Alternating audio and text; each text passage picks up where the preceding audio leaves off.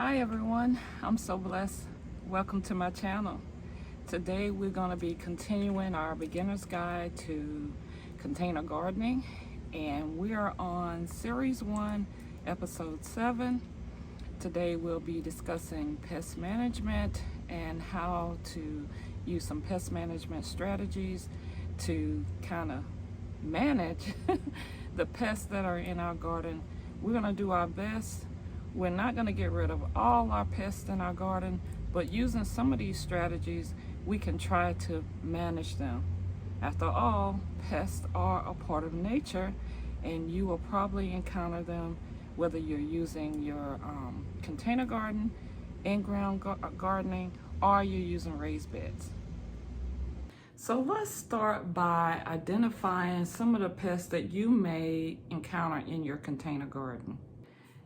These guys, if you're in the beginner garden, you're an advanced gardener, or maybe you're even a master gardener, you've encountered these pests, aphids, these tiny soft-bodied insects that cluster on your new growth. They can cause your leaves to curl, and they can also stunt your plant. So look out for these.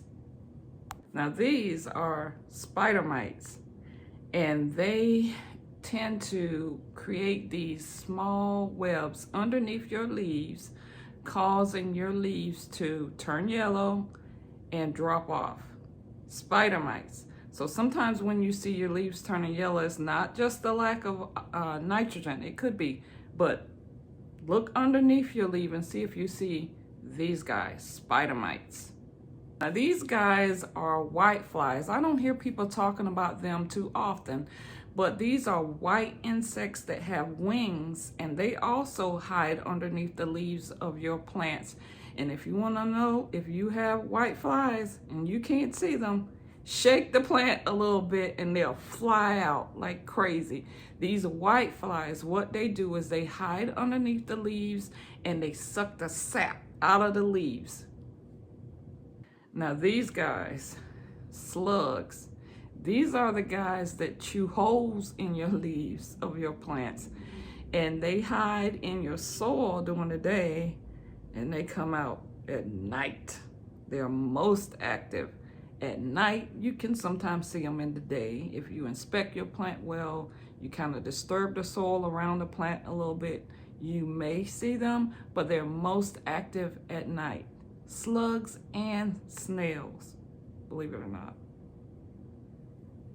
So basically, prevention is the key to keeping those pests out of your garden. So I want to offer you some tips that can keep pests at bay. First tip I'll offer you is to keep your plants healthy. If you keep your plants healthy, they're less susceptible to pests. Make sure you're doing proper watering and make sure you're doing proper fertilizing. We've talked about that and the critical aspects of that in previous episodes. So the first tip is healthy plants. Make sure your plants can maintain their own vigor and keep the pests at bay by using proper watering and proper fertilizing techniques. Another tip is cleanliness. You want to do your best to keep your garden clean. You want to remove all debris such as dead leaves. These are places where pests can hide. Companion planting is another tip that you can use, or strategy you can use. There are some plants that you can plant near your vegetable plants in your container garden that will help repel plants like basil, chives, and even marigold flowers can help repel some pests away. Regular inspections. Always inspect your plants in your container garden. You want to make sure that you can detect any issues or problems early, because early detection is key. That can make the difference between you having just a small issue with pests or you having a major infestation. So regularly check. If you can catch the problem quick enough, you can treat your plants and hopefully either get rid of or at least let it be more manageable. If you do see these pests in your garden, there's several organic ways or methods that you can use to control them or manage them, and possibly even get rid of some of them without harming the beneficial insects that are in your garden, as well as harming the environment. Neem oil is a common product that you can purchase online. You can purchase it in your big box stores, but you want to mix that according to the instructions on the package first off. But that's a product that many gardeners use to disrupt pest life cycle, and it does affect many different types of pests. So if you kind of want a general pest control product, neem oil is one that I would suggest that you pick up or order online. And it does disrupt the life cycle of, like I said, many pests in the garden. If you have noticed that you have some insects like aphids or spider mites that we mentioned earlier, also common in the garden, if you notice them and you detect them early enough, you can use an organic product like an insecticide soap solution. You can use that to basically spray your plants with that, and it will basically attack these soft-bodied insects like aphids and spider mites. It actually, the insecticide soap in the solution that you mix will suffocate them on contact. So you got aphids, you got spider mites, get yourself a insecticide soap, just a couple of drops, and you can use insecticide soaps like dish soap with water, and that will suffocate these small body pests. For the other small pests like the whiteflies that we previously mentioned, believe it or not, if you got yourself a handheld vacuum, or you got a vacuum with a hose on it, you got you a wet dry shop vacuum, and you know you got whiteflies, just go over there and suck them up. And that'll get rid of most of them, okay? So you're just removing them from the plant, and you removing them from the area, okay? And keep them in that closed container so they can, you know what, leave us forever. Okay, so handheld vacuums are also a great tool to use in the garden for small insects like the whiteflies. Okay, so for whatever reason, if you're not able to get those products from the store like the insecticide soap, or you're not able to get your hands on some neem oil, you don't have a handheld vacuum, you may want to try to do some home remedies. And let's talk about some of those. Like I said, you can make these home remedies yourself if you can get your hands on, or maybe you're growing in your garden, a couple of garlic cloves and some chili peppers.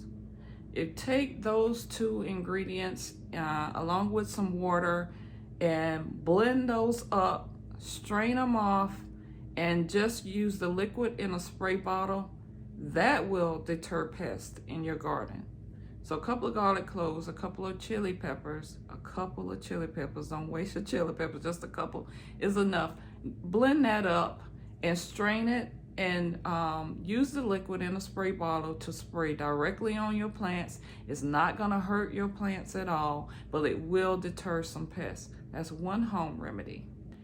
Another one is the dish soap. Most of us have dish soap in our kitchen, right? So if you can't get the insecticide soap, like I mentioned before, use a couple of drops of dish soap and water and spray that directly to the affected area, and that will help deter pests as well.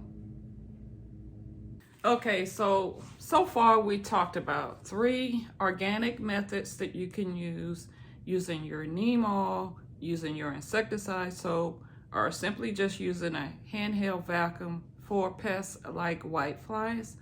We also talked about some home remedies that you can use. You can use the soapy soap solution. You can also mix a solution of garlic, couple of garlic cloves, and a couple of chili peppers with water, blending it, straining it, and using that as a solution to spray directly on your plants. Now let's talk about some ways that we can encourage some beneficial insects to come into our garden and kind of help us out naturally.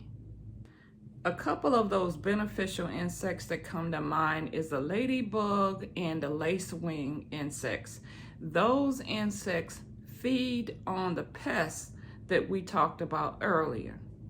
So how do we encourage these types of insects to enter our garden? Well, planting flowers, planting dill, planting fennel, and you can also plant yarrow. These things attract those insects into your garden.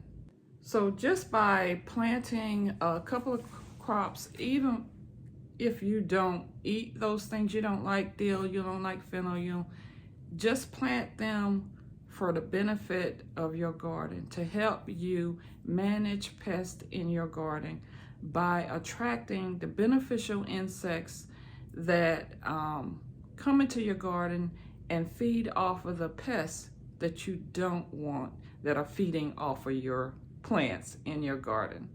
Okay guys, so that's it for this episode today. I hope that you will come back and watch the next episode, and don't forget to subscribe and turn on your notification bell so you don't miss the next episode.